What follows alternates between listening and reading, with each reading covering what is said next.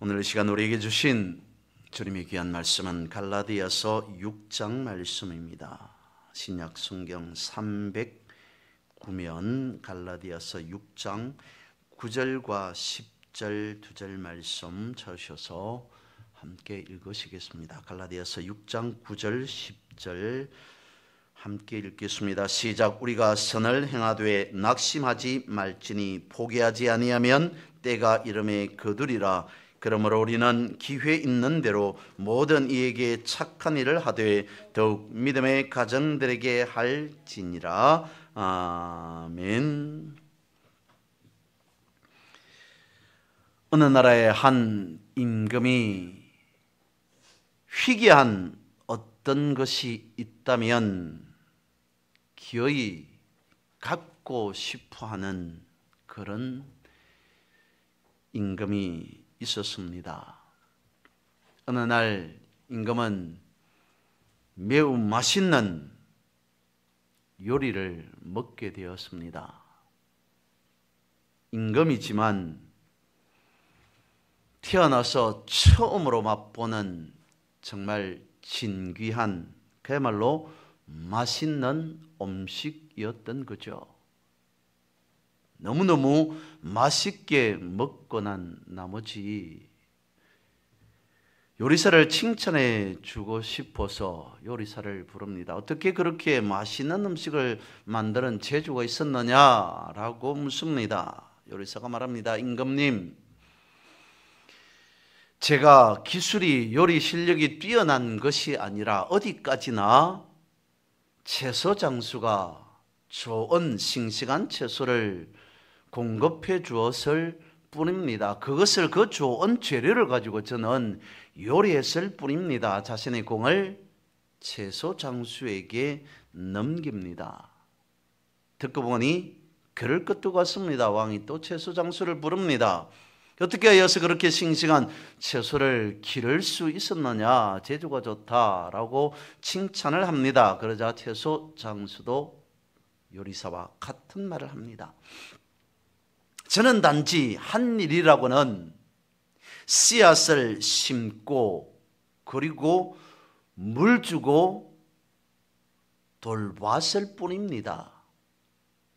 만약에 제가 아무리 노력한다 해도 씨앗에서 싹이 나게 하고 싹에서 꽃이 피고 열매를 맺게 하신 분이 없었다면 제 노력이 무슨 소용이 있었겠습니까? 이 모든 것은 하나님께서 다 하신 것입니다 라고 말하였더랍니다. 그렇지 않습니까? 맞는 이야기입니다.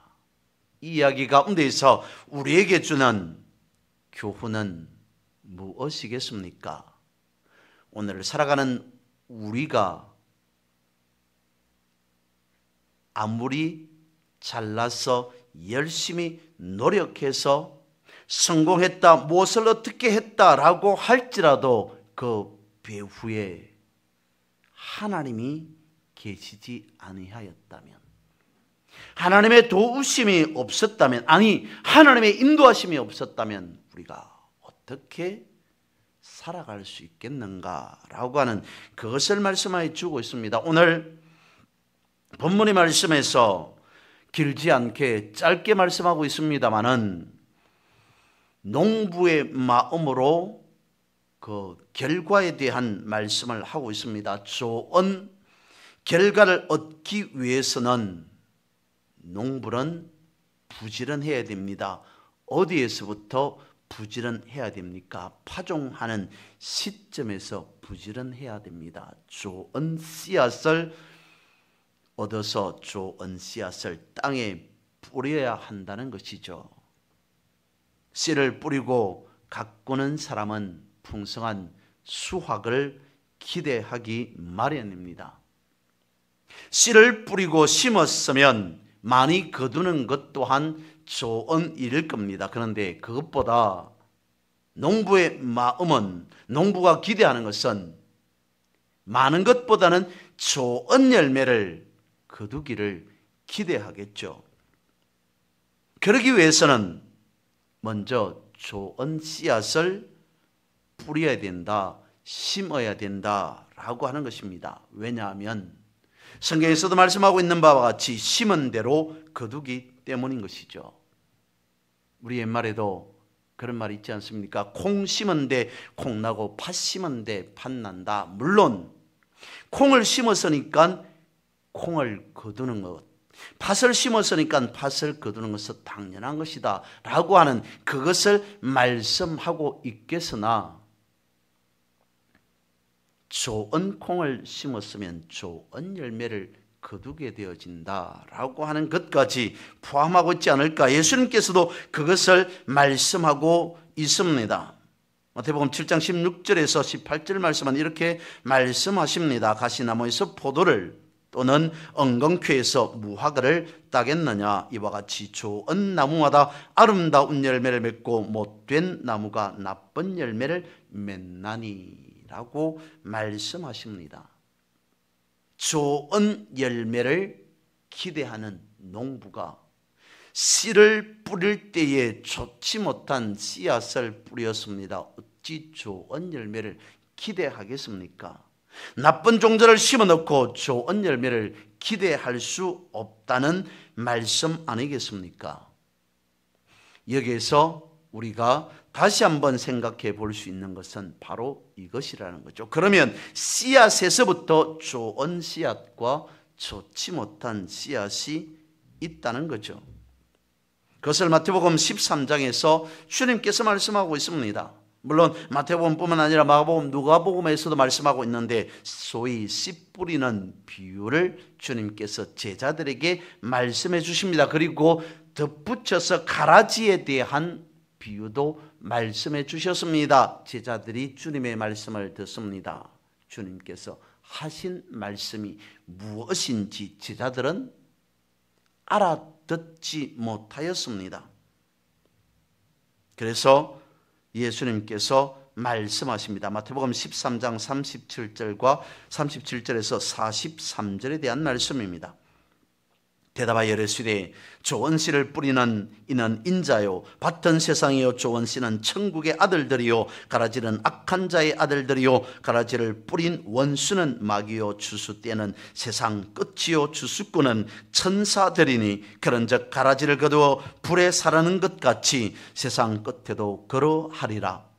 인자가 그 천사들을 보내리니 그들이 그 나라에서 모든 넘어지게 하는 것과 또 불법을 행하는 자들을 거두어 내어 풀무불에 던져 넣으리니 거기서 울며 이를 갈게 되리라. 그때 어인들은 자기 아버지 나라에서 해와 같이 빛나리라. 귀 있는 자는 들으라. 여러 설명을 해 주셨습니다. 씨 뿌리는 비유에서 가라지 비유까지 해 주셨습니다. 제자들이 알아듣지 못했습니다. 그러자 다시 예수님께서 그에 대한 설명까지 이와 같이 해 주신 것이죠. 즉 좋은 씨를 뿌리는 분은 예수님이시라는 것, 그리고 악한 가라지를 뿌리는 자는 원수 마귀라고 하는 것을 설명해 주셨습니다. 이것을 다시 사도 바울이 갈라디아서에서 다시 한번 언급하고 있습니다. 좋은 씨앗과 가라지에 대한 설명입니다. 갈라디아서 5장 16절과 17절을 현대 성경으로 읽어드립니다. 여러분에게 권합니다. 오직 성령께서 인도하는 대로만 따르십시오. 성령께서는 여러분이 어디로 가야 할지 또 무엇을 해야 할지를 가르쳐 주실 것입니다. 성령께서 인도하는 대로만 따라 살면 여러분은 육체의 욕망에 끌려다니는 짓 따위는 하지 않게 될 것입니다. 우리는 성령께서 바라는 것과는 정반대로 악한 일을 하기를 좋아하는 본성을 지니고 있습니다. 그러므로 성령께서 인도하는 길을 따라 살며 선한 일을 하고자 하는 마음은 우리 본성의 욕망과는 정반대의 것입니다. 우리 속에 있는 이 두 힘은 서로 우리를 마음대로 조종하려고 끊임없이 싸우고 있습니다. 성령의 열매 그리고 육신의 일이라고 하는 작은 제목으로 현대어 성경에서는 갈라디아서 5장 16절과 17절을 이렇게 설명해 놓고 있습니다. 결국 좋은 씨앗 그리고 나쁜 씨앗의 가름은 분별은 옛사람의 행실 그리고 새사람으로서의 행실에 대한 설명이라는 것을 말씀하고 있습니다. 여러분, 어떤 농부가 심기 위해서 농사를 짓는 사람이 있겠습니까? 씨를 뿌리는 것에 목적을 두고 농사를 짓는 사람 있겠습니까? 아무도 없습니다. 씨를 뿌린다는 것은, 씨앗을 땅에 심는다는 것은 거둘 것을 염두에 두고 씨를 뿌리고 심게 되어집니다. 새 사람이라고 하는 씨앗을 뿌렸다면 새 사람이라는 그 씨앗을 뿌린 자는 결국 새 사람으로서의 결과를 얻게 되어진다라고 하는 것을 예수님께서 그리고 사도 바울도 갈라디아 오늘 본문 앞에 있는 5장 말씀을 통해서 이와 같이 설명해 주고 있습니다. 그리고 오늘 본문의 말씀 10절 말씀을 보겠습니다. 그러므로 우리는 기회 있는 대로 모든 이에게 착한 일을 하되 더욱 믿음의 가정들에게 할지니라.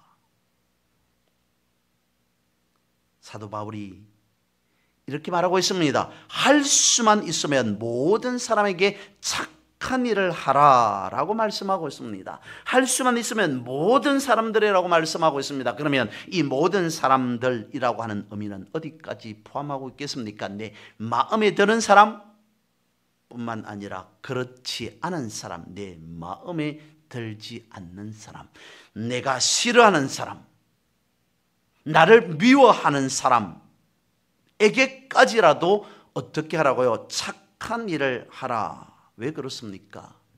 그러할 때에 그에 따른 엄청난 열매를 얻을 수 있기 때문이라는 것이죠. 왜냐하면 선한 것을 거두기 원한다면 선한 것을 끊임없이 많이 심어야 한다는 그 말씀을 하고 있습니다. 선한 것을 심었기 때문에 설령 그 밭 자체가 나쁘다 하더라도, 내가 싫어하는 사람이라 하더라도, 나를 미워하는 사람이라 하더라도 내가 선한 것을 그 사람을 향하여서 심었기 때문에 결국 나에게 돌아오는 것은 나쁜 것이 아니라 선한 것으로, 좋은 것으로, 거룩한 것으로 어쩌면 돌아오게 된다는 것까지 말씀하고 있는 것 아니겠냐는 거죠. 아무리 우리 마음에 들지 않는 사람이라 할지라도 그 사람에게라도 선하게 대하라. 분명히. 그러면 나중에 선한 것을 거두게 될 것이다 라고 말씀하고 있습니다. 이런 말이 있습니다. 로또는 우연히라도 당첨될 수 있지만 축복은 절대로 우연히 없다라는 말이 있습니다. 그렇지 않을까요? 로또에 당첨되는 것, 어떻다 이야기를 합니다. 어떻게 하다가 당첨되는 사람 분명 있습니다. 있기 마련입니다. 하지만 축복은 어떻다고요? 절대로 우연히 주어지지 않는다는 것입니다. 반드시 무엇을 심어야만이 축복이라고 하는 결과로, 열매로 우리에게 돌아온다는 것입니까? 축복의 씨앗을 심는 자가 축복의 열매를 거두게 되어진다는 것입니다. 왜 그렇습니까? 하나님은 심은 대로 거두게 하시기 때문이라는 거죠. 모든 복은 씨앗을 심는 데서부터 시작된다고 말씀하고 있습니다. 그러면 우리가 왜 좋은 씨앗을 심어야 되는가? 말씀드린 바와 같이 때가 되면 반드시 거두게 될 것이기 때문입니다. 다시 9절 말씀을 살펴봅니다. 우리가 선을 행하되 낙심하지 말지니 포기하지 않으면 때가 이름에 거두리라.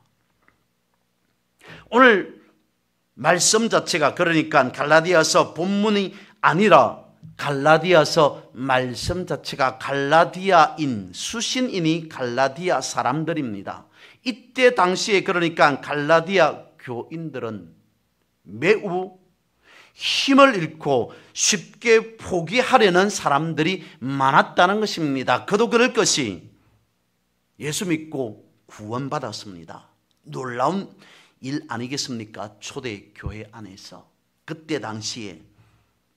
그래서 말씀하는 대로 믿음대로 계속 선한 일을 많이 행하고 있었습니다. 나름대로 착한 일을 많이 행하였습니다. 거듭 착하게, 쉽게 말해서 착하게 살려고 엄청나게 노력했습니다. 그런데 결과가 나타나지 않습니다.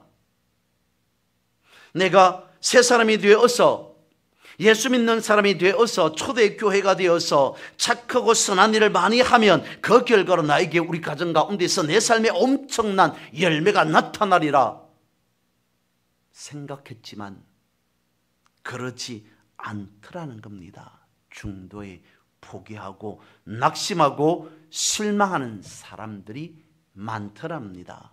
왜 그렇습니까? 노력한 그에 비해서 주어지는 대가가 나타나지 않았기 때문이었던 것이죠. 그런 사람들을 바라보면서 사도 바울은 그들에게 하나님을 대신하여서 말씀을 전가합니다. 그러면서 무엇에 대해서 말씀하고 있습니까? 때라고 하는 것을 강조하고 있습니다. 그것이 바로 오늘 본문의 말씀 9절이라는 것이죠. 이렇게 말씀하고 있습니다. 때가 이름에. 이것을 다시 살펴보니 이렇습니다.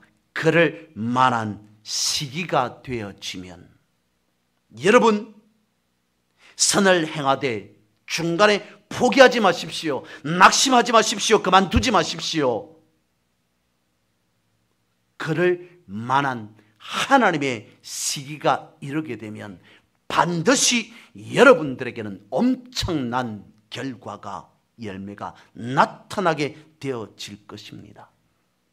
그렇지 않습니까?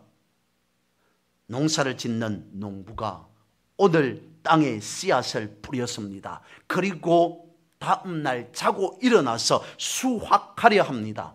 그런 농사가 있겠습니까? 없습니다. 있을 수 없습니다.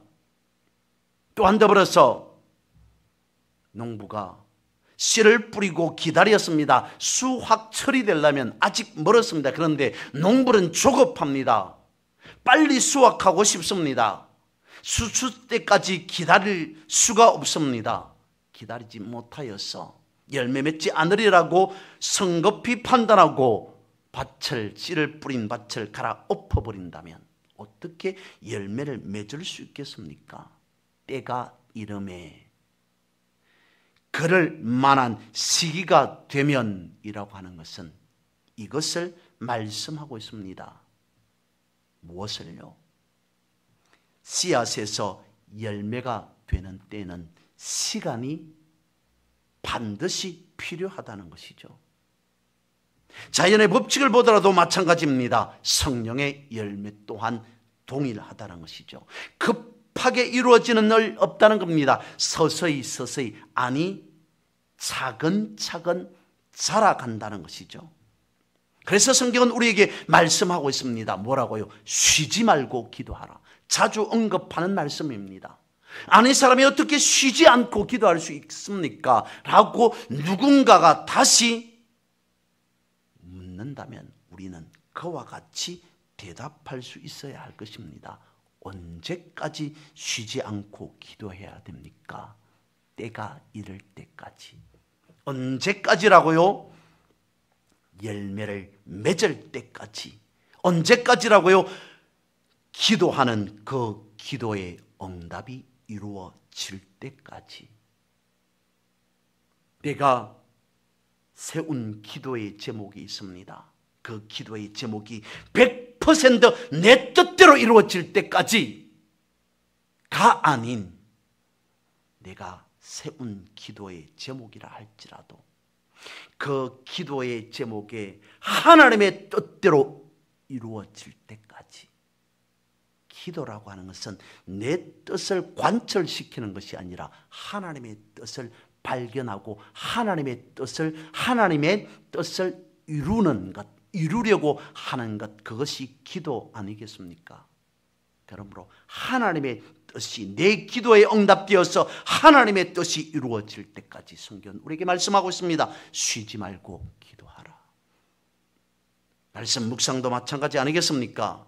저는요, 성경을 몇 차례씩 읽었습니다. 그런데 아무런 변화가 나타나지 않습니다. 성경을 읽을 때는 성경을 읽는 그 순간만 하더라도 성경을 이번만 다 읽으면 엄청난 일이 일어날 것 같은데, 성경을 다시 한 번만 더 읽으면 엄청난 역사가 나타날 것 같은데, 그것을 몇 차례 하더라도 내 삶의 변화는 아무런 차이가 없습니다.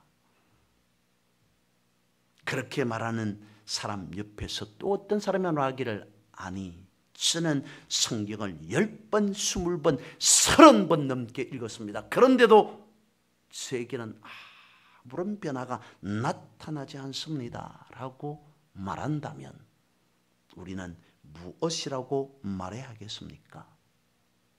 내가 예수 그리스도를 구주로 믿고 내 삶을 성령을 쫓아 닮은 삶으로 살아가기를 하였다고 해서 당장 모든 것이 다 한꺼번에 180도로 바뀌는 것은 아닙니다. 성령을 쫓아 성령을 닮은 삶을 살아간다 할지라도 서서히 바뀌게 되어집니다. 그렇게 말해야 하지 않겠습니까? 왜냐하면 열매 또한 한꺼번에 그 다음날 자고 일어났더니 바로 이렇게 열매를 맺는 것은 아니라는 거죠. 우리 안에 맺어지는 성령의 열매, 영적인 열매도 그렇다는 겁니다. 조금씩 그러나 분명한 모습으로 익어간다는 것이죠. 물론 주님께서 말씀하시는 그러한 부분에서는 지금 본문에서 말씀하고 있는 의미와는 다를 수 있습니다. 이 성전을 헐라 내가 사흘 만에 지으리라. 저 무화과 나무에 열매가 없으니 당장 베어버리라. 그것은 주님이시니까 그렇게 말씀하실 수 있었던 것이죠. 우리의 삶의 모습을 바라보면 천천히 하지만 확실히 이루어져 가는 것이 대부분이지 않을까 싶습니다. 그래서 우리에게는 조금 더가 필요하다는 것이죠. 오래되었습니다. 1849년 미국 캘리포니아에서는 금이 얼마나 많이 나왔던지 그 해를 황금의 해라고 불렀더랍니다. 어떤 청년 하나가 황금을 캐기 위해서 일확천금을 꿈꾸고 금을 캐기 시작합니다. 아무리 파더라도 금은커녕 금맥조차 찾을 수 없었습니다. 일확천금을 꿈꾸었는데 하루아침에 벼락부자가 금을 캐서 벼락부자가 되는 것을 생각했는데 아무리 땅을 파고 또 파더라도 금맥조차 금가루조차 발견할 수 없어서 포기해버립니다. 그런 금을 파는 동굴을 다른 사람이 인수했습니다. 그리고 그 사람 역시 금을 찾아서 굴을 파기 시작합니다. 얼마나 팠을까요? 1m 정도 파자 그야말로 엄청난 황금이 쏟아지더라라고 하는 이야기가 있습니다. 여기 다시 우리에게 가르쳐 주는 교훈이 있지 않습니까? 어떤 한 사람은 1m가 모자라서 절망으로, 어떤 한 사람은 1m를 더 팠기 때문에 자신의 꿈을 이루는 삶으로 살아가게 되었다. 우리의 인생에 있어서도 1m가 필요하더라는 것입니다. 우리의 신앙의 삶에 있어서도 1m가 필요하더라는 것입니다. 기도의 1m, 인내의 1m, 사랑의 용서의 1m, 그것이 있어야 한다는 것입니다. 믿고 기도하는 사람은 반드시 응답받는데 응답받기까지 1미터를 남겨놓고 포기하는 사람은 되지 말자는 것입니다. 말씀을 믿습니다. 오늘 9절 말씀 다시 살펴보면 이렇게 말씀하고 있습니다. 우리가 선을 행하되 낙심하지 말지니 포기하지 아니하면 때가 이름에 거둘 것이다. 시편에서도 동일하게 말씀하고 있습니다. 눈물을 흘리며 씨를 뿌리는 자는 기쁨으로 거두리로다. 울며 씨를 뿌리는 나가는 자는 반드시 기쁨으로 그 곡식단을 가지고 돌아오리로다. 마가복음 4장 20절 현대어 성경으로 말씀을 읽어봅니다. 좋은 땅에 씨가 뿌려졌다는 것은 하나님의 말씀을 진실하게 받아들임으로써 풍성한 열매를 거두는 사람, 즉 그 마음속에 심어진 씨가 30배, 60배, 100배의 열매를 맺는 사람을 두고 하는 말이다. 여러분의 삶 속에서 때가 이르러 모든 것이 100배의 열매를 결실을 거두는 삶이 되시기를 주님의 이름으로 선포하고 축복합니다.